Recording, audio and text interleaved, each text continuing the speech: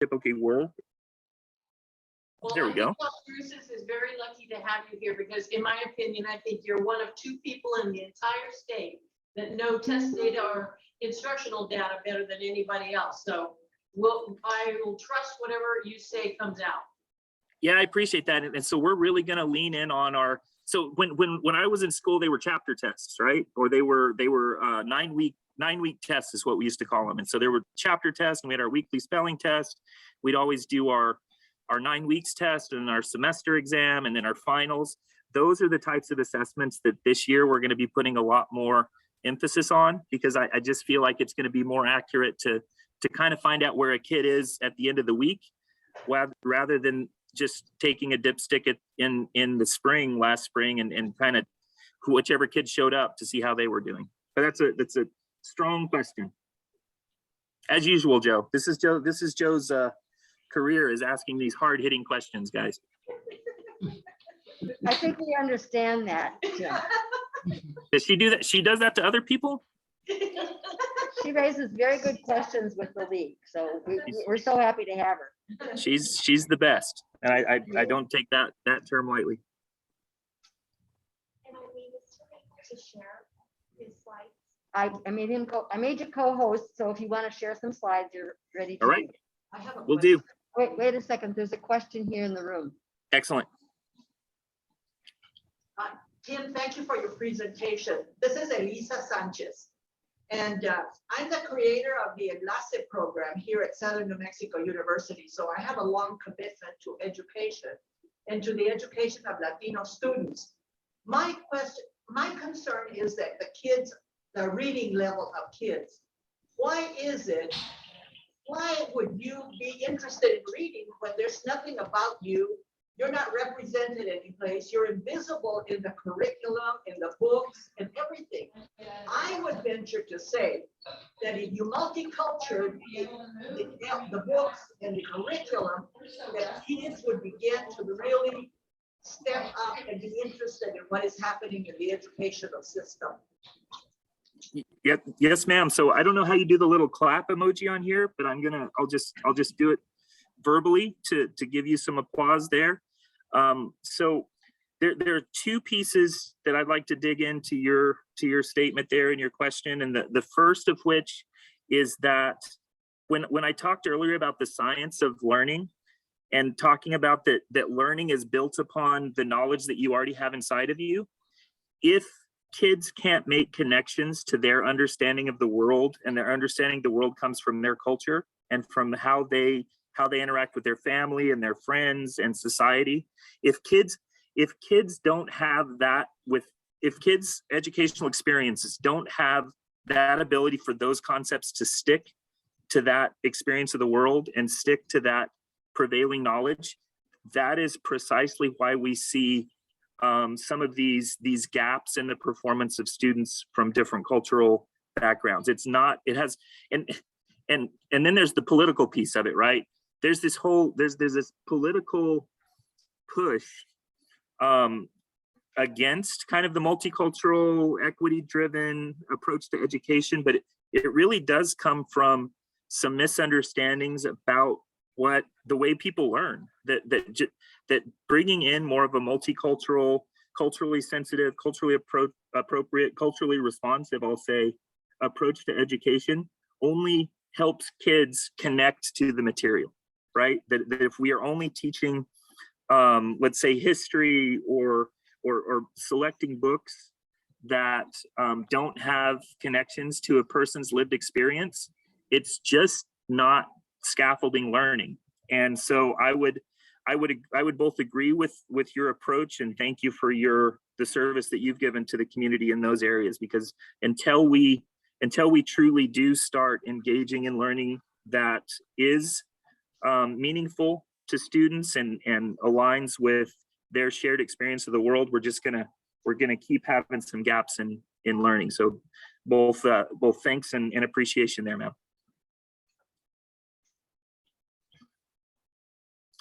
You guys ready for some slides? That's always fun.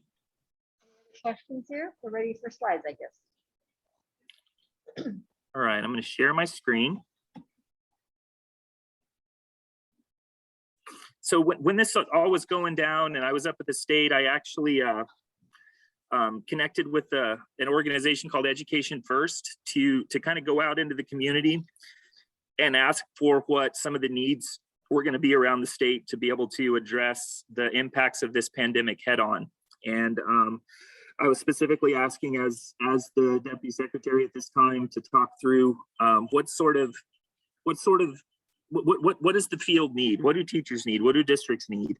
And some of the big themes that came up right now is that there's frustration with reporting and communication and silos within PED, overall overwhelmed by the amount of work, a sense of urgency, confused by long-held PED policies that felt focused on customer service rather than new policies. In addition, let me see how I go forward here. There we go. Some other big things that districts talked about and teachers talked about, declining student enrollment. So the way that schools are funded in the state of New Mexico, the majority of funding for a school district comes down to the number of kids that show up on the 40th day of school, the 40th, 80th, 120th day of school. And so with some declining enrollment, there were some students that because of either health conditions or COVID safe practices that decided to go to homeschool. There was some fear of declining student enrollment. It actually hasn't been as extreme as maybe some people were thinking in the spring, and specifically in Las Cruces, where we have our count coming up on Monday or Tuesday of next week. So I'll have some data there on how we compare to the previous year. And put on top of that in general, enrollment in New Mexico has been declining over the last few years by about 1 to 1.5%. So there was some concerns around declining student enrollment, short-term budget crunch, this whole concept of what is learning loss. And to your point, Joe, academic achievement isn't necessarily learning loss, but academic achievement certainly is important. From scheduler model, that's a political bullet there. Concerns about students who have fallen behind from learning is exclusively via remote learning. So a lot of the concerns that we've brought up here in this group. And so what the State Department did was put together what's called New Mexico's Roadmap to Accelerated Learning and Renewal. And again, accelerated learning, I'll let you kind of read through the slide here, is an approach to this pandemic that has less to do with remediation and more to do with really narrowing the focus of what we're covering in classrooms so that we're really hitting the most important standards. And a quick aside there, we always talk about, I hear from educators all the time that it's so hard because there's just so much material to cover. And if you look up, if you look up in the dictionary, Merriam-Webster there, and you look up the definition of cover, it means to obscure. And sometimes because we try so hard to do so much throughout the school year and get so broad, there's not a lot of depth sometimes to what we're able to dig in on. And accelerated learning says, let's narrow the scope of what we're trying to do this year and really get in on what we call power standards to make sure that the kids can scaffold learning so that they're ready for next year. Go to the next slide here. So this is kind of where we came up at the state. The first would be to curate content and generate answers to commonly held questions, develop a strategy and review drafts as the roadmap is developed, provide critical feedback, and then discuss major accomplishments and challenges in statewide and reopening school. Next slide here. These were the big topics that came up. So the top left is Joe's question about academics, which is a core function of public schools. I believe that at the end of the day, if all of our third graders could read, I think that's a game changer for society, right? But then at the same time, in the absence of dealing with equity and language and culture and making sure that educational experiences are meaningful to students, in the absence of a safety and healthy building, in the absence of support for students with disability, and in the absence of having caring, responsible, effective educators for staffing, in the absence of having supports for students with their social and emotional needs, that academics it's impossible to get to that level of understanding and learning if you don't feel safe, if you don't feel comfortable, if you don't feel welcomed, if you don't feel engaged in learning. So it's a lot more difficult than just worksheets in today's public schools. Communications is important, and budgeting. So these were kind of the big topics that emerged whenever we engaged with educators around the state. When I say we, I mean they, the state, because I don't work for the state. I want to be clear about that. When I say we, I mean they. So the next piece here. So here is the roadmap that and I'll actually pull up the roadmap here in a little bit, and we'll engage with it a little bit. Let's just skip this slide. We're not going to do a scavenger hunt because that's just not what we're going to do. Here is volume 3 of the roadmap. This is available on the Public Education Department's website. So I'm actually showing you guys kind of the guts of it. This all prints out into a nice little pamphlet, but the guts of it, the cool thing about this, let's take academics, for instance. What the state has done is put together both some theoretical framework right here. So this is, I'll just let you guys kind of read through this a little. I'd read through on, yes, go ahead. Can I interrupt you for a minute, because our projector is not projecting very well, and this is very fine print, so nobody's going to be able to read this. That's present, but probably those on Zoom can read it, but those that are in the room cannot. Gotcha. So if you guys can just nod your head a little bit about this slide, we'll move right on, because it is kind of small. Let me see here if I can. I'm going to try a fancy little Control Plus. Control Plus is your friend, by the way, guys. Control Plus makes things get a little bigger. Let's see if we can look at just, I'm going to say got it here. Is that any better, Eileen? We'll read Well, it later. a little bit, but nobody can read it in the room. All right. Well, this was supposed to be the reading test. I was actually setting you guys up for a little reading test here. We failed. But it's just that still got that in my bones a little bit. So we'll move on. So here's the NMPEDS piece. And then at Las Cruces Public Schools, what we did is we took the state's roadmap and then put together our own roadmap here for Las Cruces Public Schools. So I'm just gonna scroll up here. Actually, let me show, well, you can, if you want to access this document and dig in deeply, you just go to lcps.net. That is Las Cruces Public Schools website address. And then in the banner, if you'll scroll over a few, you can click on the LCPS roadmap, and that will take you to this document. So this document is, this is the guts of how we plan to accomplish all of the stuff that I kind of opened with. And the guts of it start, of course, with our mission and vision, which through these times has not changed. We still want to produce an educational program that meets the needs of all of our students. And then there's some calendaring. So here's the purpose. I'm going to try to Control Plus again for those of you that are live.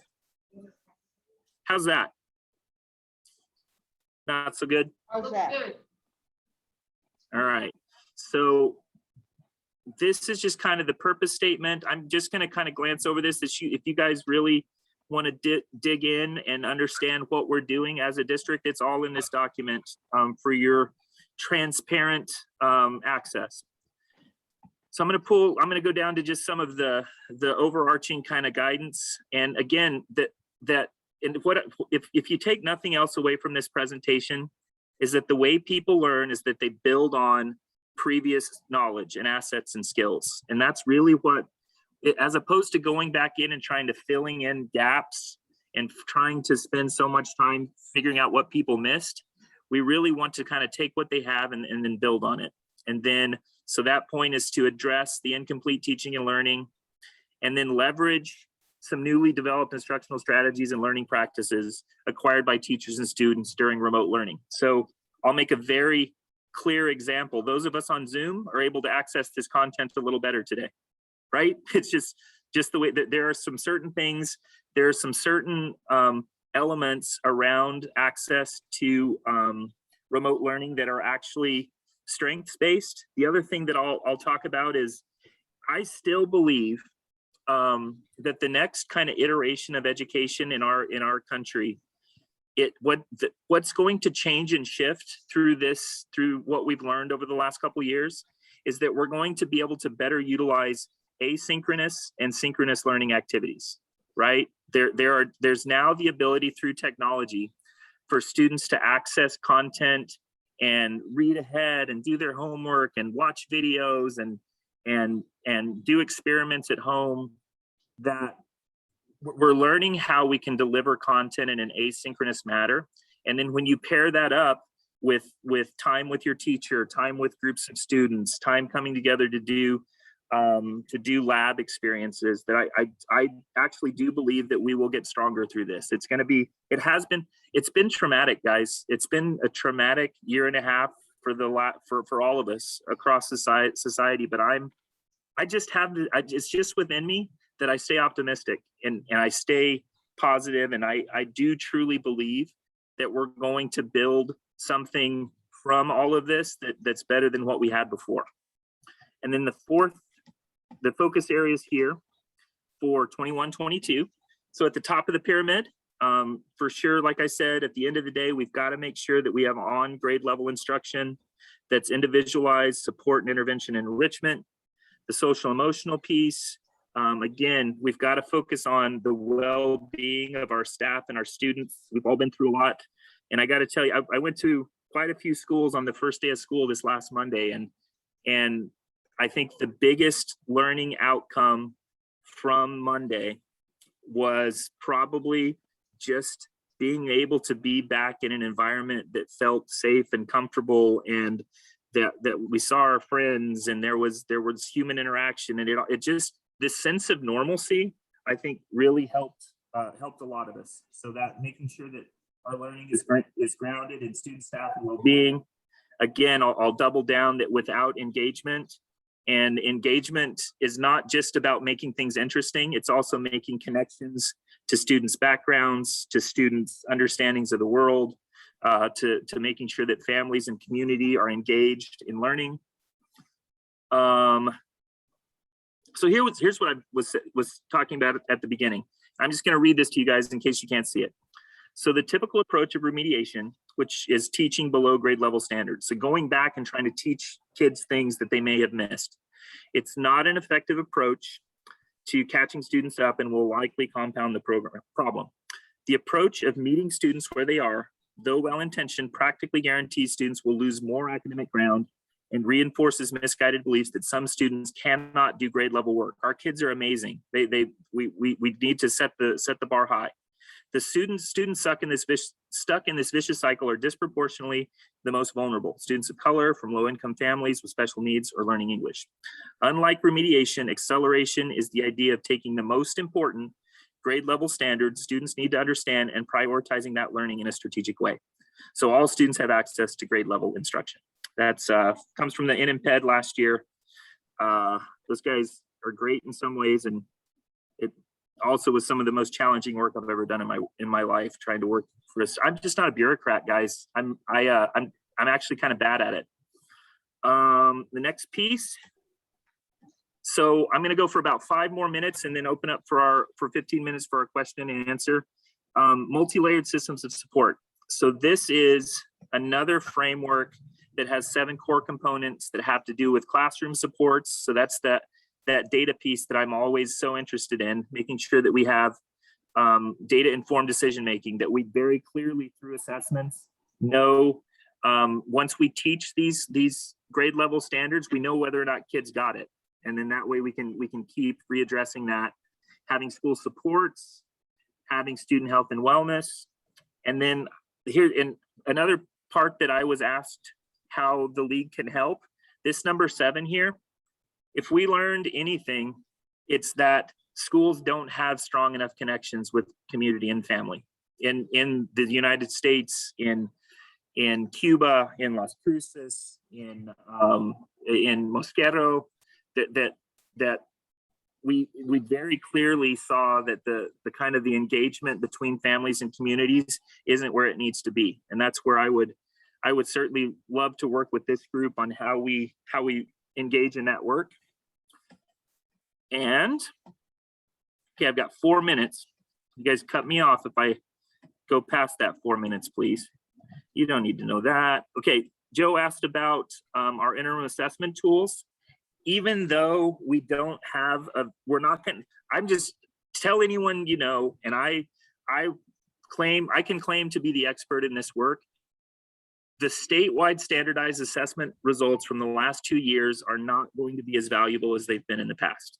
And so we're really investing in making sure that through these different interim assessment tools, that we're getting into the day-to-day learning of students so that we can make sure that this accelerated learning and these content standards are making it through, because and to be quite honest with you, this is the work we should be doing anyway, and work we've been doing in Las Cruces Public Schools for many years. But these are our different assessments that we're going to be working through over the next year. We're actually just opening the window for some of them. We really wanted to focus this first week on getting kids back in, getting their routines going, building those relationships with teachers.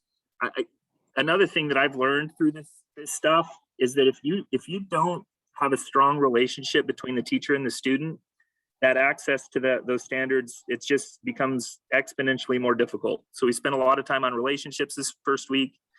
Coming up next week, we're opening up all of our assessment windows to begin this work.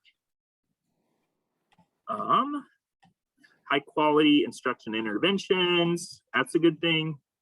We're doing some work, guys. You see all this? We're doing some work.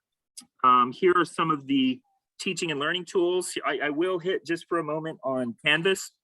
So another thing that we're going to come out of the pandemic with is a district-wide learning management system. And what that is, it's an online portal that families and students can log into to be able to access all of the materials from their course. This is another place where technology is going to change and revolutionize and hopefully transform the way that students engage in education. And so we now have a Canvas learning management system for all classes across the district. If and when there are any times throughout the next year that we need to switch back to remote learning, either at a school site or district-wide, based upon the guidance from our health officials, that learning can just continue. It'll all be through the Canvas shell. The interaction will be remote, but the teaching and learning will sustain.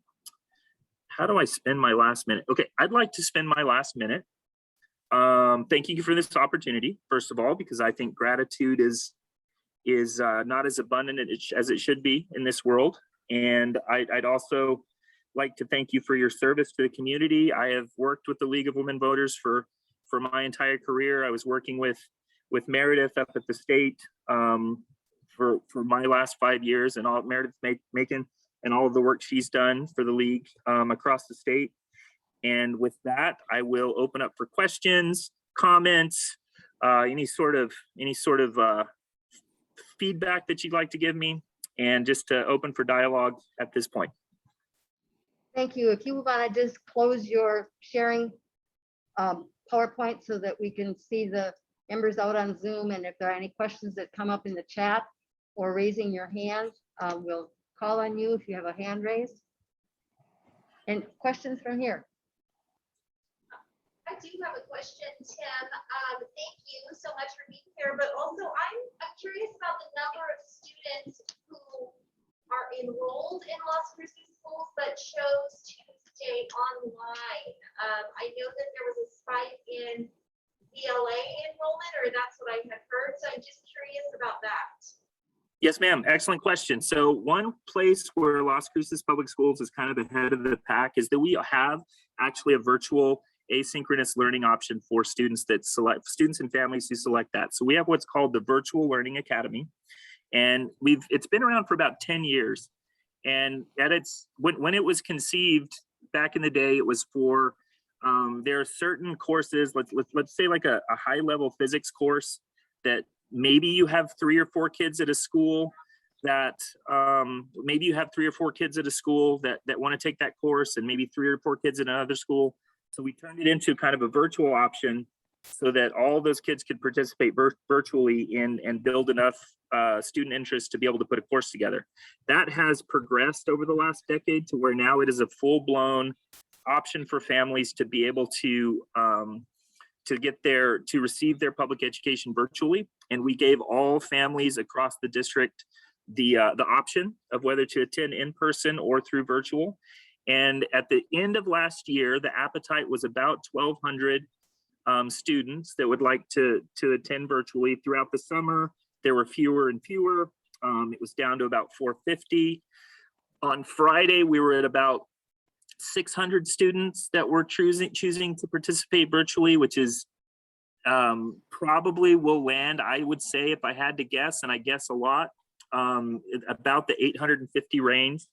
That kind of evens out throughout the year, which is about 3% of our students. So the vast majority of our students are choosing to participate in person for as long as the state deems that that is safe. But we do have a virtual options for families to choose, and we've got about, I'd say, between 3 and 4% of our students that have selected that. Is that? I think that was maybe Laura. Yeah, well, there's a question in the chat. I'll ask you to read that, and then there's a hand raised too coming up next. Did I answer that last question completely? Yes, you did. You did. Thank you. Yep. Okay. And will support for home learning, personal computers, broadband access continue? Absolutely. So we, as of right now, Las Cruces Public Schools is 1-to-1 for every student that needs a device. So there are multiple families in Las Cruces, right, that have laptops galore, laptops sitting on shelves, right, that have the resources to be able to have devices for their kids and their family. But we have, as of I'm going to say mid-July, we have purchased enough devices for every student that needs one to have one. We've got those distributed out to schools. There's a little bit of, as with anything over this last year, we're just checking in and making sure all of the kids that need one have one, but we absolutely will continue that work. Broadband access hotspots, again, we were down to 13 addresses as of a couple weeks ago that needed some support, and we've gotten high-speed hotspots out to those families. A lot of kudos on that to both some of the federal programs and both the state programs to really double down on their commitment, because if and when we do need to switch back and forth into remote, I don't know how long this stuff goes, for the next year, 2 years, who knows, right? I'm not my doctorate is not in any way medical, but for as long as this goes, if and when we do switch back and forth from in-person to remote, that divide between the haves and have-nots exacerbates, right? Those families that don't maybe have good access to internet or don't have a few laptops laying around on the coffee table, then are at even more of a disadvantage. So that we've really doubled down our efforts, as I'll say, as a country on that, because there's just been a lot of funding for that. And to your point, Dave, I would like to make sure that we keep that commitment despite what happens with the health conditions, because again, I'm convinced that we can do better using technology to have content that students can access in asynchronously, not just where they're in class with their teachers, but when and if we really got smart, we'd figure out how to turn it into a video game, right? Because kids really like to engage in video games, and if we could find a way to make those a little bit more educational, and that asynchronous piece, I think, gets really, really strong. And thank you for your thanks there. Does that answer your question, Dave? There is a video game Yes. program at NMSU, so I hope that you're working with them on that. Yeah, I've seen it develop over the years, and it's getting better. I'll say that. I muted everybody that's on Zoom earlier in the program. So Rosa, if you would unmute yourself and ask your question. Okay, thank you. First of all, Mr. Hint, I would like to thank you for your service. No question that being in education right now is actually being on the forefront of the major crisis that we're facing. So I really appreciated your optimism and your hope that things will get better. I want to tell you that as an immigrant that came to this country, I started learning English specifically in the elementary school, and then later on the high school, and then I was able to transfer to the community college, which lead me to tell you that every single presentation that I have attended, I haven't heard much about the fact that education will not go anywhere unless you engage the parents. I was able to be a PTA president, based precisely on the fact that the school was educating my child, as well as myself. And I was able to be a neighborhood association president. I was able to complete an associate's, go to the university. And I tell you, I was a parent that already have a degree from Mexico. So I understood the importance of education, but it was the fact that in Texas, I have schools that provided that opportunity for me as a parent was in fact extremely beneficial. Now I have lived in California, Arizona, Texas, and now New Mexico. In every single state, especially in states where the predominantly minority happen to be Hispanic, there's no way that education is gonna come ahead unless you engage the parents in every level that they are in. Now, I have seen some very good programs. For example, in Tucson, there's one nationwide that is called Parent University, where the parents come in the morning right before school starts, and they're able to have their 2 hours of education. I would like to ask you to contemplate in the future for any plan that you develop to include a more wider and effective and practical way of engaging the parents. The first teachers for the children are the parents, are extremely constant in their lives. And I'm very concerned about technology. I just retired from teaching college, and I found most of my colleagues have a real problem with technology. Those of us that are, on our 60s, we didn't grow up with it. So that means that the test for you as an educator to engage the children in technology, but also be able to engage the parents is tremendous. It's unbelievable, but it's the only way that I do believe education in New Mexico is going to come ahead. Now, we're getting the 2020 census data that tells us that now half of the population is actually Hispanic. And I'm surprised after 18 months of living here that many of the systems don't own translation equipment, for example. Does your school district owns translation equipment? That's my question.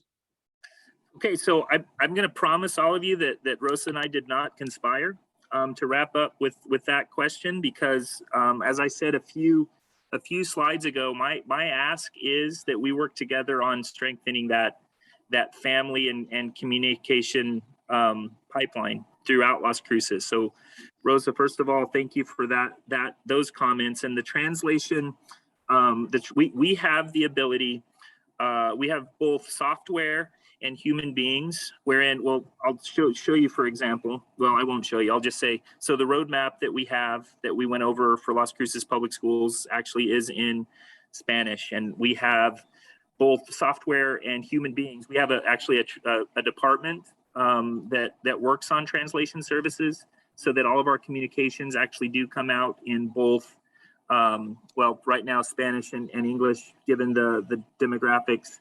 The software itself actually can translate into multiple languages, but I certainly wouldn't claim that we're where we need to be with our ability to maybe be able to access multiple different types of backgrounds, but it is a core function in LCPS to make sure that we're addressing multiple languages. And to your point, it needs to go beyond just communications and how we engage families and students and communities in their with their preferred language is certainly a core tenet of Las Cruces Public Schools. But I promise you guys, we did not conspire for her to bring that up at the end, even though that's where I would kind of like to land with this group is let's work together on bringing our families closer into schools, on bringing our schools closer into families, and supporting the diverse and multiple perspectives that we have across Las Cruces to make spaces for kids to be able to learn to the best of their ability. And I'll thank you guys again for inviting me here today, and want to strengthen this partnership. So keep me in mind as you come up with things you want to get done as an organization. Thank you, Tim. And I want to mention that the league does have a youth engagement committee and a youth engagement project. And we've been working with a number of LCPS educators. Liz Taylor is in the Zoom room right now, and she has been the vice chair of that committee. We're searching right now for a new chair of a league chair for that committee. But that group is meeting next Wednesday via Zoom at 4 o'clock. And I would like to invite you to attend if you're able to do so. 4 o'clock Wednesday. Does that work? If you can send me that invite, I'll have some people fight for that spot. Okay, so we've had Wendy Miller Tomlinson involved with this. We've had Jamie Patterson and Josie Miller, David Nunez, and many other educators, Julia Whiteco. And so we're really pleased and proud of what that committee has done, and working with the Las Cruces Public Schools to develop more civic education and voting education and that kind of thing.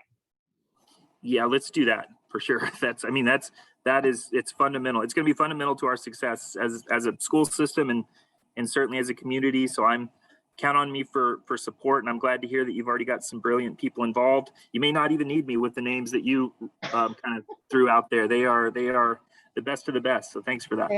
They are the best of the best. Okay, thank you so much. Give him It's good to be home. Thanks for the warm welcome, and again, gratitude for everything you do for my neighbors. Can I just ask one more question? Absolutely. What is your role now with Las Cruces Public Schools? I'm the chief of staff, which it's a nebulous term that organizations use.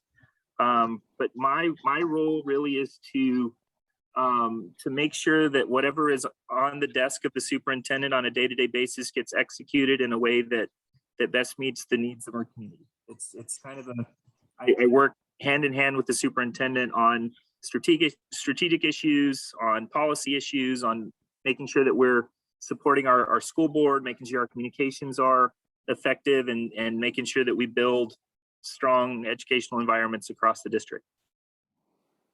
Okay, thank you. We're glad you're back in Las Cruces. Yeah, thank you, Tim. We appreciate you. Thank you. Thank you, guys. Nice to see you.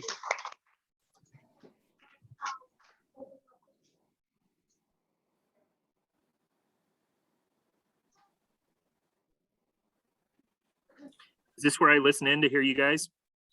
You can certainly stay, yes. If you want to say, we're going to have a short business meeting, but you're. Yeah, I think I'll leave that to you. You guys have a great day. Thank you. Bye. Okay. And I'm going to try to sit so that this is challenging. You're doing a great job.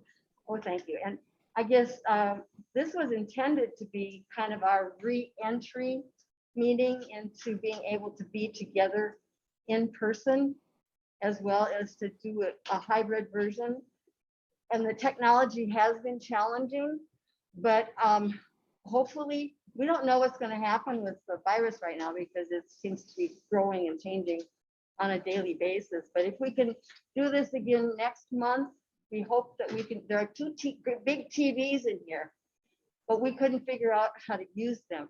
And this projector belongs to Good Sam, and it's not projecting very well. I'm sorry that it's probably been hard to see for those of us that are here, but it's the best we could do for this time. So I appreciate everyone's effort to try to make this happen in this way. Can I mention something about the room?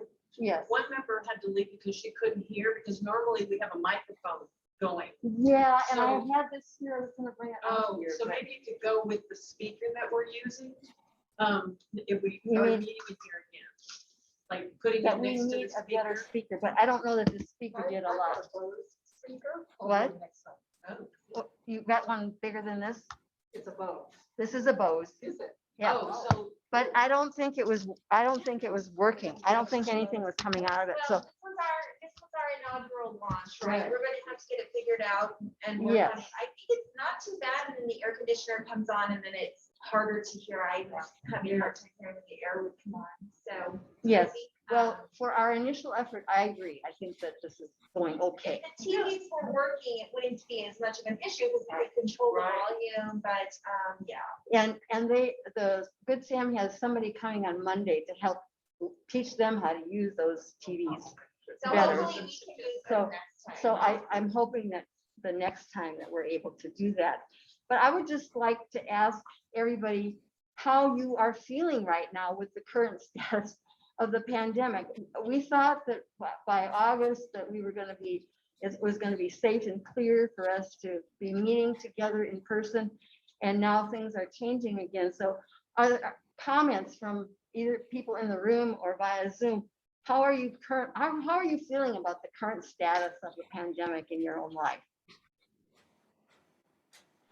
Well, I'm not happy. Yeah. Because people won't mask and people won't vaccinate, Yeah, you know. But that is but there's such frustrating. a core of resistance. It's just, am I right? El Paso has an 80% vaccine rate? Really? I haven't heard Oh, that. God. Yeah, they came together as a community because it hit them. Can so you hear hard. Nancy on Zoom? Okay, I'm gonna pass this microphone around. I can figure out how to work it here. And I'm good at that. But as I said, if I'm not Yeah. mistaken, I heard that 80% of El Paso is vaccinated. But they took a look at what happened last fall with refrigerated trucks out in the parking lots all over the place, and they said, let's do what we have to do to get people motivated. And they came together as a community. I think that's incredible. Yes, it's, Yeah. 1, 2, 3. is it, no. Well, we're trying to get a microphone going here. We'll see how that goes. But is there anyone in the Zoom room that would like to comment on your thoughts on where we are with the whole pandemic and the re-entry process that we're trying to do here? Well, just on a personal note, I am undergoing cancer treatment, will be for a long, long time. And it's kind of a different thing. I'm receiving a very interesting injection for a neuroendocrine tumor thing. So I'm really scared to death now. I mean, I really was going to come today with my mask, but I'm going to be wearing my mask all the time. And I have noted that too from the past when I went to El Paso this summer, even at the mall, everyone was wearing masks too. I was very impressed, even with the young kids. Even back then, I think they're doing a good job down there. And Thank you for sharing. Thank you for sharing that, Priscilla. We'll keep you in our thoughts. oh, well, thank you. But I just say, I think we're back to having to mask up, when we're with crowds, pretty much. We are, I mean, Don't know how because you are. there's evidence that even if you've been vaccinated, you are vulnerable to getting this new variant, especially. Maybe not as bad as those without the vaccine, but so, but anyway, That's why I asked the question this morning in the orientation, if we had a position. Even to do just a little bit of a PR push. right. I guess maybe that's a question that we should ask at the state level or even at the US level as far as what they're concerned, but, Thinking from the pandemic point of view, I'm sad. And because somehow what's happened is that the selfishness of a lot of people has really come to the forefront. Where did we lose this idea of togetherness, of caring about community, about knowing that, yes, this wearing a mask is a pain in the neck, but it's not just for myself, it's for my community. And I'm really sad that now I see so many selfish people that I thought were not, that were good good citizens. It's become a political issue, which is very sad.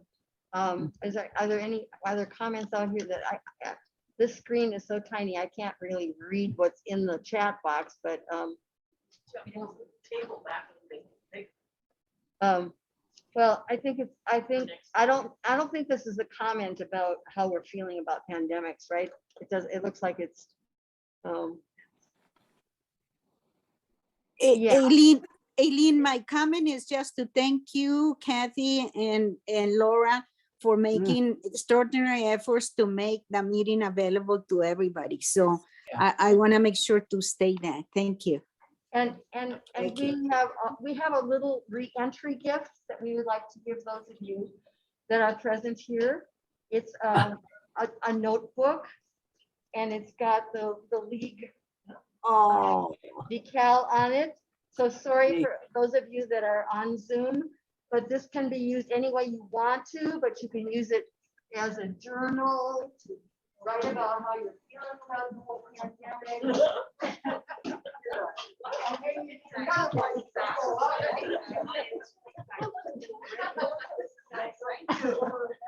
And then we also have some other things over on the entrance table here. So Joe's got some, there's a New Mexico Constitution, and there's the most recent coup, and then there's a pamphlet about the marker over in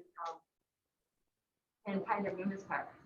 I have posters for the For the People Act and the John Lewis Registration Act. They came from national, state league. If anybody has a place that they display it or put it in your house.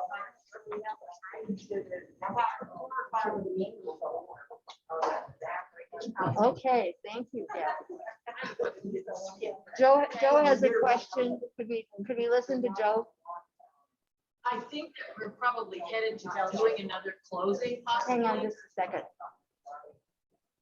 I think that we're probably headed to having to close again if the variant, is that what it's called, the variant B continues as it is. And so I assume that we would just go back to our standard way of meeting if we had to do that. Am I correct?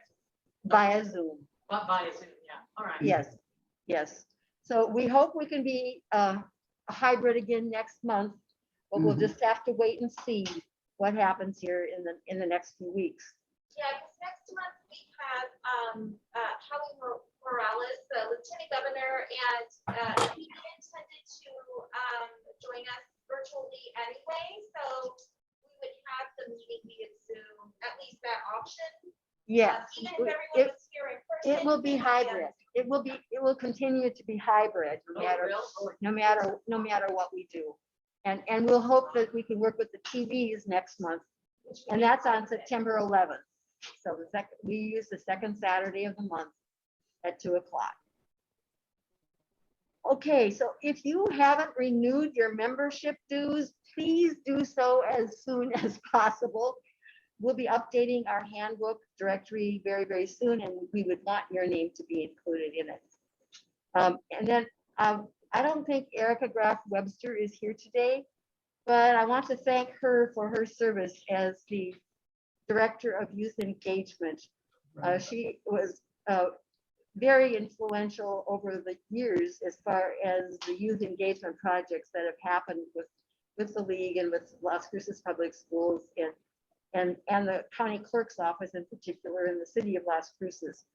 And for health reasons, she has stepped down as the Director of Youth Engagement. So she's been like the cornerstone for that active committee and the projects that they've done for several years. So we wish her well with her health concerns.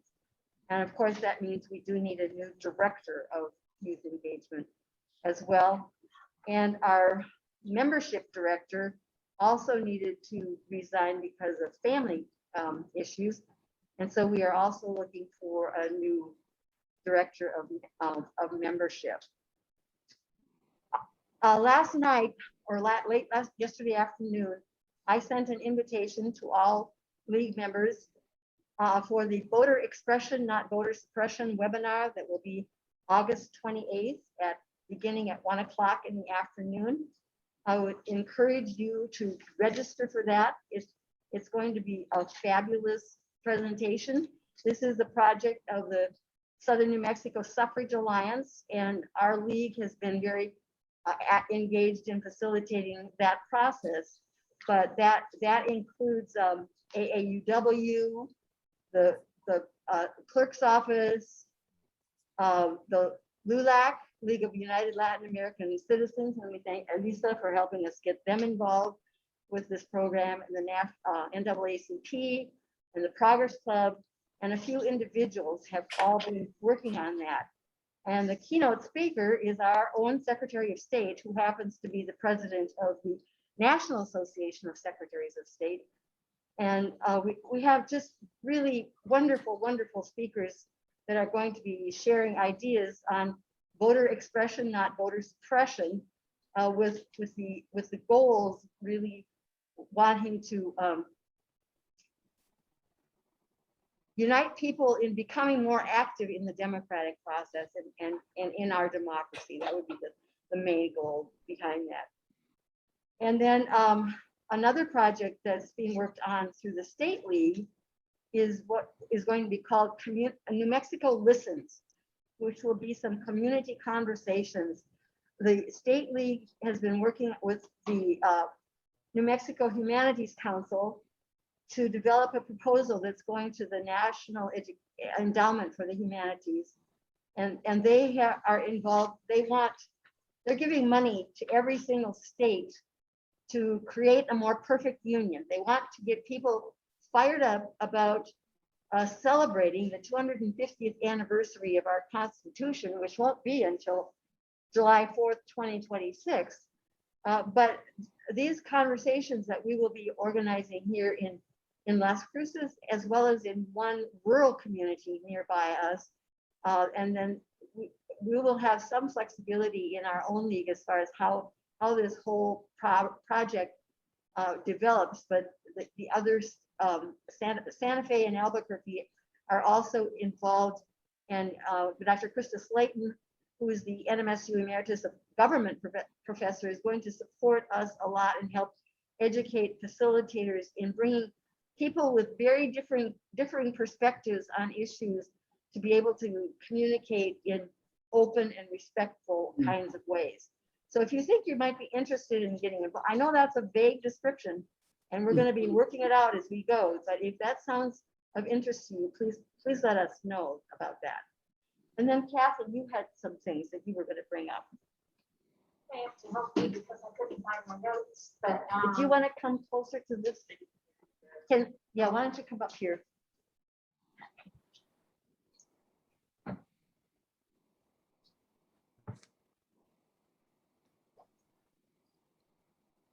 I was saying that I've lost track of my notes for what I was going to say here, so bear with me. Redistricting, as you may know, is now underway. The census data were released on Thursday. They're in a fairly raw form as they were released. My husband spent most of yesterday trying to develop just a few simple tables out of it. The consultant for the state is research and polling, headed by Brian Sanderoff. And he's going to spend the next week, 10 days, putting together the data for purposes of redistricting. And the Citizens Committee has now been through, or will conclude tomorrow, its first round of meetings, receiving public input.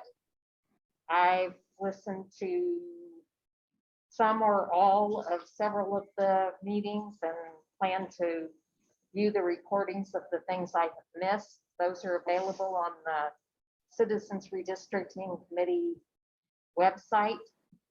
I found them to be very interesting. If you do choose to view the recordings, you'll find that there's an introductory section that's repeated at each meeting, so you can kind of scroll through the video. I would encourage us to all think about providing input on the website. One of the interesting topics for me is our congressional districts. And I think it would be easier to think about that now that the population figures are out, that I had experimented on there's some software available that the public can use to draw its own maps. And so I experimented with a different kind of congressional district configuration just to learn how the software works. So, Did you get rid of Eastern New Mexico? well, Texas. we're thinking along similar lines. Do you have notes on what else I was going to say? The county and city government. Oh, yes, we are working on a county and city government study. Priscilla and Rosa have agreed to take a look at that. The idea was to better understand how county government functions relative to city government and how it affects counties, that they are creatures of the state, so that you have, unlike the city, which has a manager who kind of administers the whole show, the county manager is in the position of having to work with multiple other elected officials in a way that's different from how the city functions. Social media, we are trying to do a better job with social media. And so if anyone has expertise in that area and would like to join in that discussion, let me know. It's a different. I think so. Is there anything else that anybody else wants to bring up? Either those of you on Zoom or here in the room? It's almost finished. Eileen, I didn't understand the second thing that you talked about the suffrage alliance. What was the second piece that I didn't quite get? Oh, okay. That one is called, it's going to be called New Mexico Listens. Mexico listens. And we will be organizing community conversations. First of all, we will be searching local people that are interested in being trained to be facilitators. That could be journalists, that could be our members, that could be activists, teachers, even youth people that might be interested in working with, trying to bring together conversations where there's our diverse opinions, and that we can do that in respectful ways. And so, kind of searching for common ground, so to speak. And I think there's a great potential for us to support the community, as Tim Hannon was suggesting, as far as getting more engaged with conversations on difficult subjects. So if that's, that's a vague description, but we're going to be designing it, and we have the flexibility so that our own league can work out our own specifics of that. And it might be the same or different than Santa Fe or Albuquerque does that. And we haven't received word yet on the grant, but the New Mexico Humanities Council is confident that it will come through. It's just that the National Endowment of the Humanities is working through 50 applications, and it's just taking a little bit of time.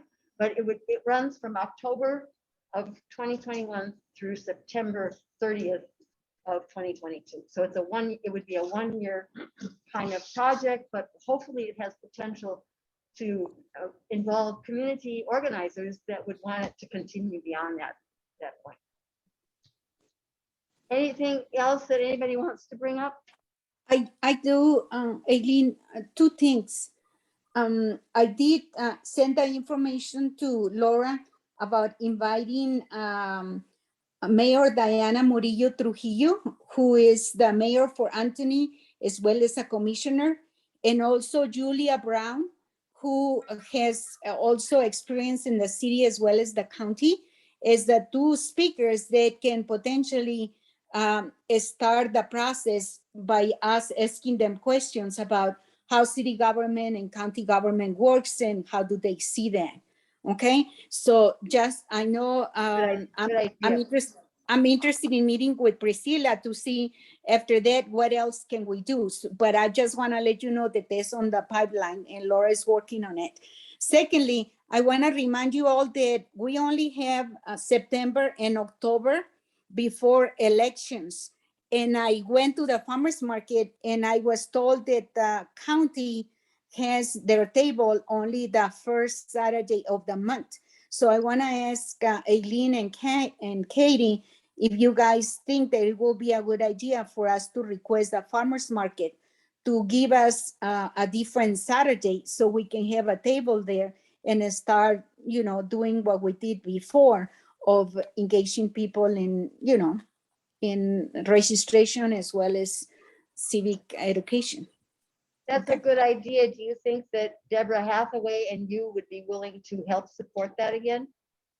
I think so. And well, remember Deborah and her husband are the ones that have the tent and everything.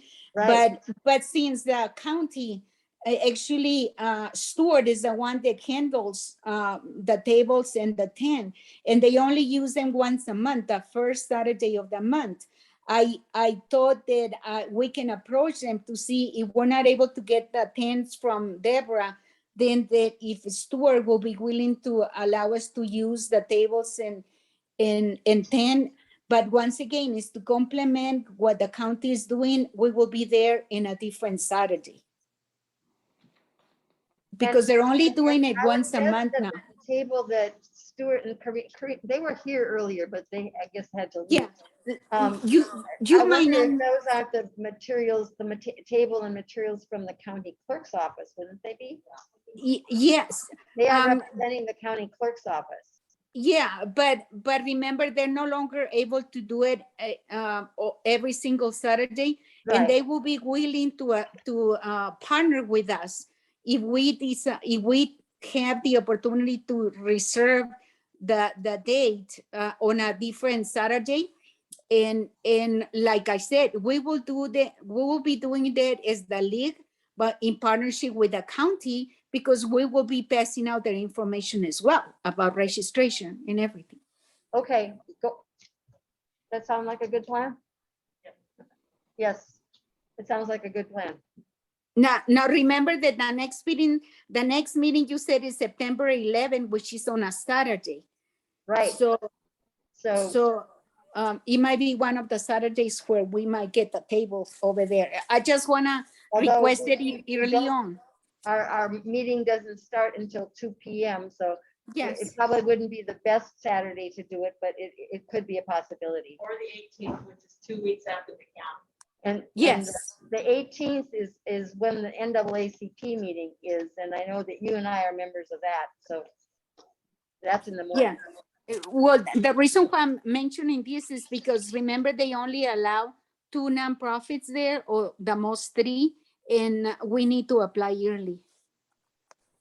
Yearly? We need to apply early on with farmers market to ensure that we are one of those nonprofits that they will accept us to be there. Okay, Okay. Good. okay, sounds Yeah, good. and do we know the deadline? I'm looking on the clerk's website. What's the deadline to get registered to vote? Register On the day, Oh, you day can- of, they have same day voting registration. Which reminds me that our little words need to figure out how to update them, or our voter cards, because they say 28 days in advance. Oh, okay, yeah. All right, let's take a look at that. Well, thank you all for coming. I learned a lot today from Tim and just our conversations together. And hopefully we can do a hybrid version again next month and do it better. Thank you. Bye, everyone.